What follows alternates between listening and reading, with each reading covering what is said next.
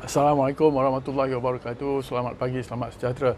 Pagi ini kita akan membawa satu isu yang panas diperkatakan sejak sehari dua hari ini, iaitu berkenaan dengan pencalonan Perdana Menteri dalam Pakatan Harapan, iaitu Datuk Seri Anwar Ibrahim sebagai Presiden PKR. Nampaknya semalam hari Jumaat telah pun membuat satu keputusan di dalam majlis ataupun mesyuarat ahli-ahli parlimen PKR, dan mereka telah membuat satu keputusan muktamad, dikatakan muktamad, iaitu Datuk Seri Anwar Ibrahim adalah calon untuk Perdana Menteri sekiranya Pakatan Harapan dapat membawa balik kerajaan daripada Perikatan Nasional. Dan memang nampaknya satu katakan kekecewaan ataupun putusnya harapan oleh para penyokong-penyokong Pakatan Harapan, dan juga daripada mungkin parti daripada DAP Amanah, dan juga daripada Warisan yang menjangkakan Datuk Seri Anwar Ibrahim akan bersetuju untuk Tun Mahathir sebagai Perdana Menteri dalam masa 6 bulan. Lepas tu Anwar Ibrahim akan ambil alih. Tapi malangnya keputusan semalam hari Jumaat petang telah nampak jelas dan nyata dan muktamad bahawa PKR tetap hendakkan Anwar Ibrahim sebagai Perdana Menteri. Dan ini menjadikan perbincangan dan juga persepsi bertambah-tambah lagi panas, dan ada yang mengatakan ada lagi option-option yang boleh dibuat, mana ada option 1, option 2, option 3. Dikatakan option 1 tu memanglah itu maknanya Anwar Ibrahim sebagai Perdana Menteri. Option 2 adalah Anwar Ibrahim sebagai Timbalan Perdana Menteri, Tun Mahathir sebagai Perdana Menteri selama 6 bulan, dan seterusnya diambil oleh Anwar Ibrahim. Tapi malangnya PKR tidak bersetuju, DAP bersetuju, Amanah bersetuju, dan kalau PKR tidak bersetuju maknanya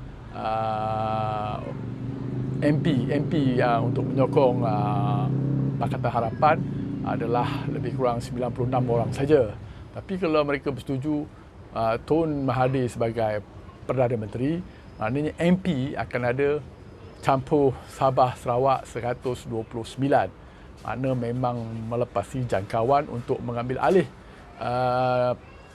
kerajaan daripada Perikatan Nasional menjelang sidang Dewan Rakyat akan datang.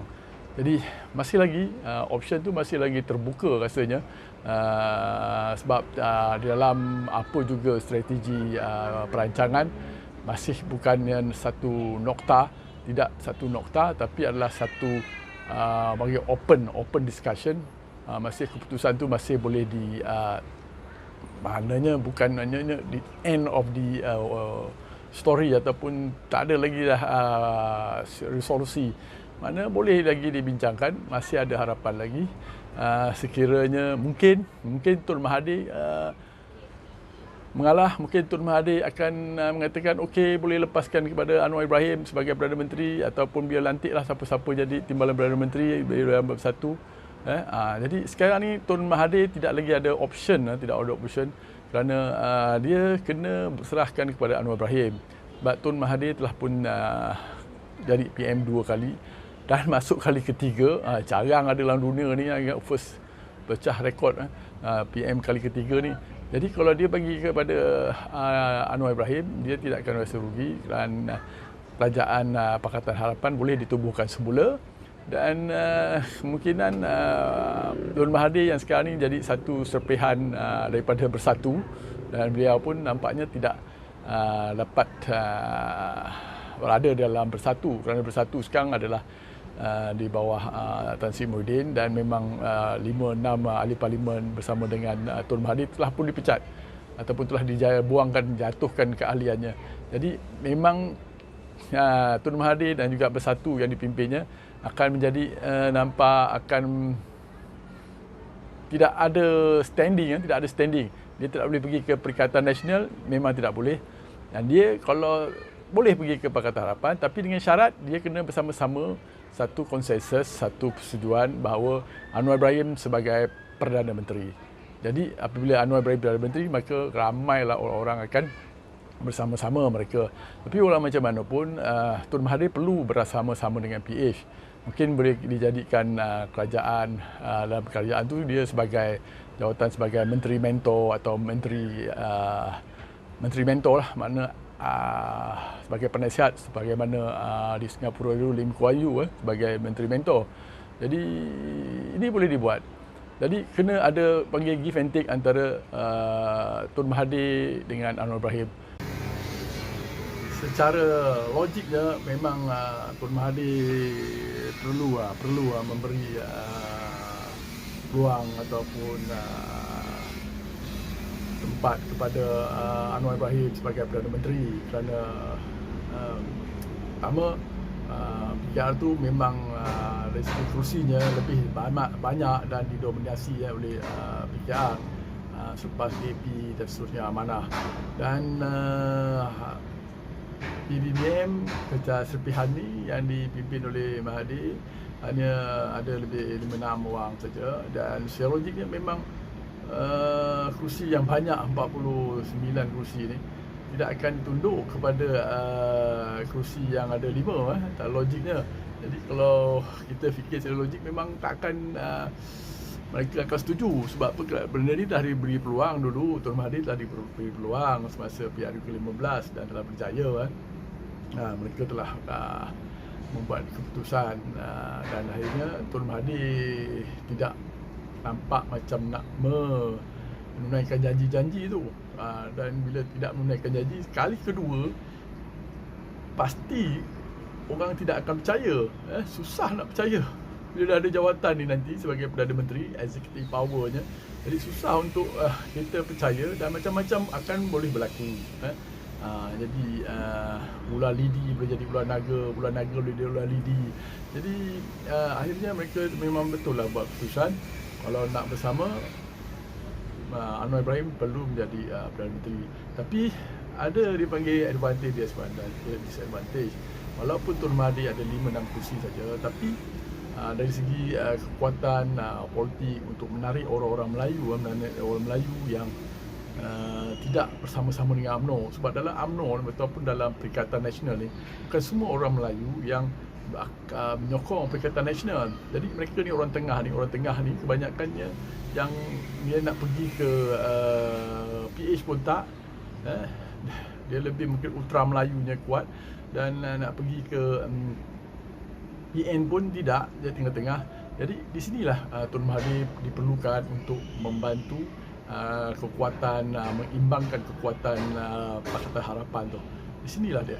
Jadi kalau tidak ada Tun Mahathir di sini, maknanya ruang gap ni yang terbuka ni tidak akan dapat diisi, dan akhirnya Pakatan Harapan tidak akan berjaya untuk mendapat sokongan daripada MP-MP yang neutral ni, terutama daripada Sabah dan Sarawak.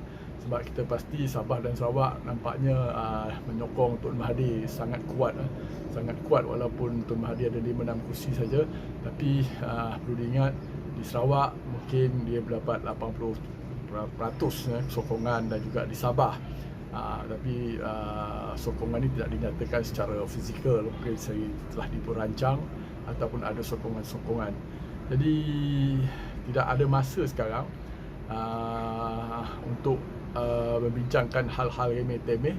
Tapi yang penting sekali adalah satu keputusan ataupun memang kena telan lah antara dua orang pemimpin Melayu ni, iaitu Tun Dr. Mahathir dan juga Anwar Ibrahim.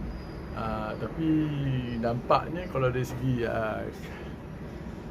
peratus ataupun rakyat-rakyat bawahan, kaum B yang bukan daripada UMNO lah, yang bukan daripada PAS, memang solid terus bersama-sama dengan Anwar Ibrahim. Jadi kita kena tengok dan bagilah peluang. Memang kalau Anwar Ibrahim pun memang patutnya diberi. Dan kita tidak ada masa lagi. Ekonomi negara ni sekarang nampaknya telah makin merudum.